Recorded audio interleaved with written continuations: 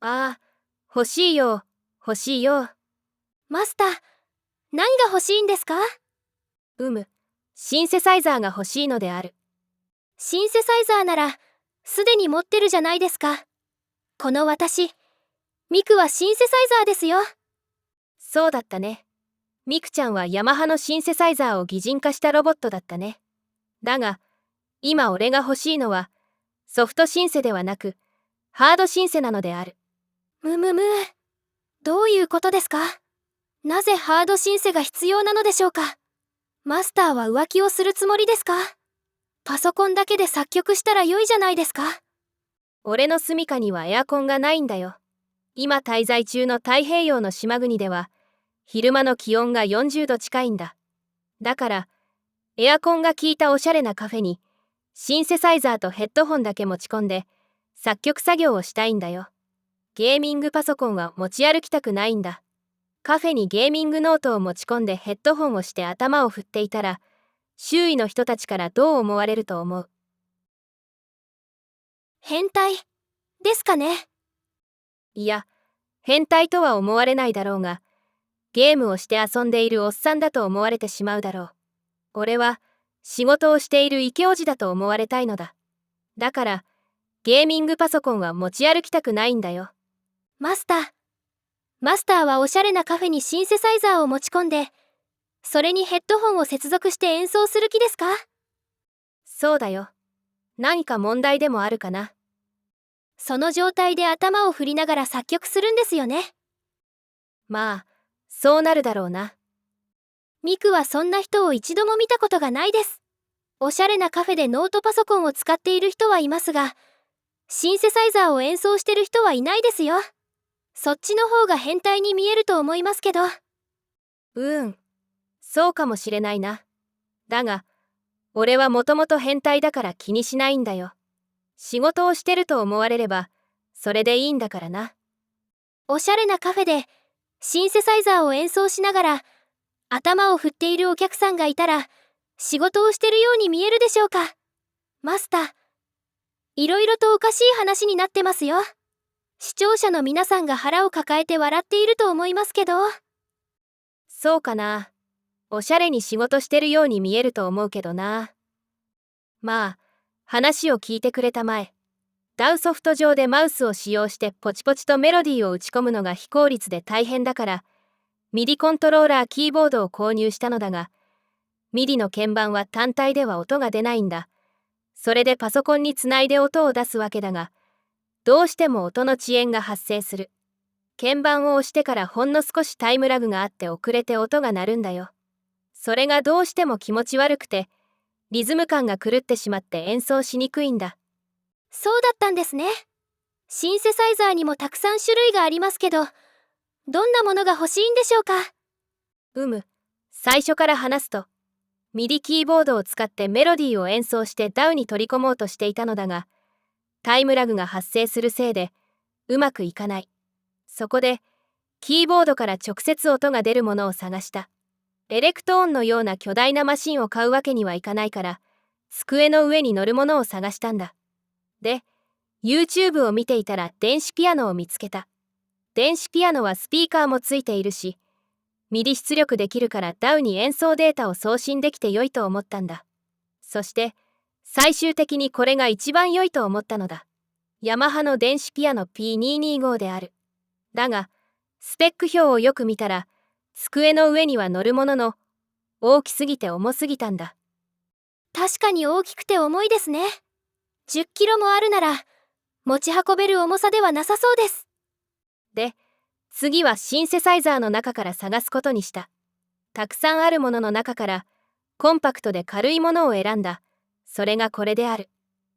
ローランド S1。確かに小さいし軽いですね。でも、極端ですね。大きすぎるものから小さすぎるものへ飛躍しすぎでは。これ、マスターのアンドロイドタブレットより小さいじゃないですか？鍵盤ついてないし。鍵盤は一応ついているんだよ。下の方に小さなボタンが並んでいて、それが一応鍵盤の役割を担っているんだ。小さすぎて生演奏には向かないが、ダンスミュージックのようなループ音源を作ったり、打ち込みだけなら十分使えそうなんだよ。これは本物のシンセサイザーだから、音の波形を細かく調整して自由自在にオリジナルの音を作り出せる。高性能機種でいて値段が極端に安いんだ。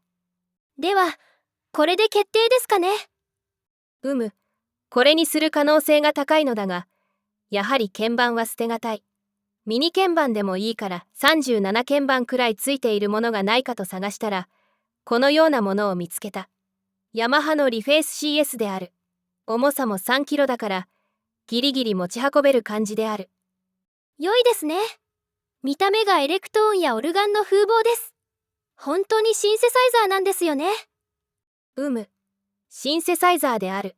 このシリーズは4種類発売されていて、ピアノの音を出すタイプ、オルガンの音を出すタイプ、デジタルシンセの音を出すタイプ、アナログシンセの音を出すタイプに分かれている。この CS はアナログシンセの音を出すタイプで、パネルについているスライド式ボタンでオシレーターをコントロールして自由に音を作り出せるのだ。スピーカー内蔵で音を出せるし、バッテリーも乾電池を使えるから外に持ち出して演奏もできる。パーフェクトですね。ではこれにしましょう。ちょっと待ってくれ。最後にもう一台気になっている機種があるのだ。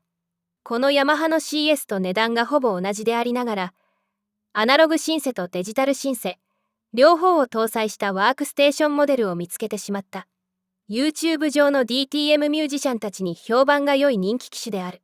これである。ローランド JDXI。パッと見、大きく見えますけど、ミニ鍵盤ですか？ミニ鍵盤である。37鍵盤だが、ミニ鍵盤のおかげで長さ 575mm である。これ1台あれば、パソコン不要でドラムキットからシンセ、ギター、ピアノまで一通り音を作って重ね合わせて曲を完成できてしまうのである。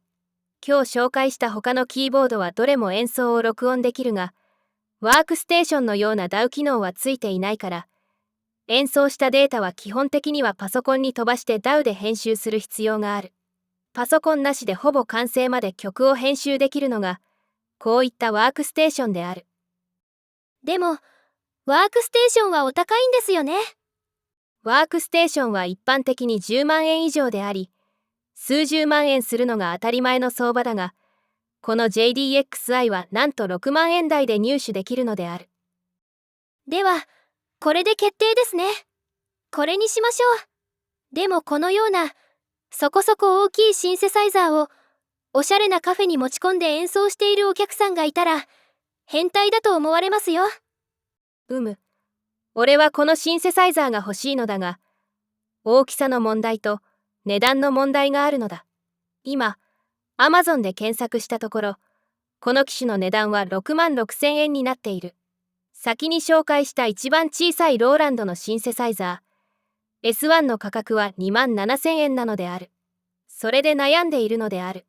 いずれにせよ、購入するためにはお金が必要だから、ファンの皆さんにライドレックス作品を購入してもらって応援してもらう必要があるのだ。俺がハードシンセサイザーを手に入れたら、早いスパンで作品が完成して、視聴者の皆さんへ楽曲やミュージックビデオをお届けできるのである。了解しました。頑張りましょう。マスター、ハードシンセが手に入るまでは、パソコン上のソフトシンセでポチポチ打ち込んでください。働かざる者、食うべからずですよ。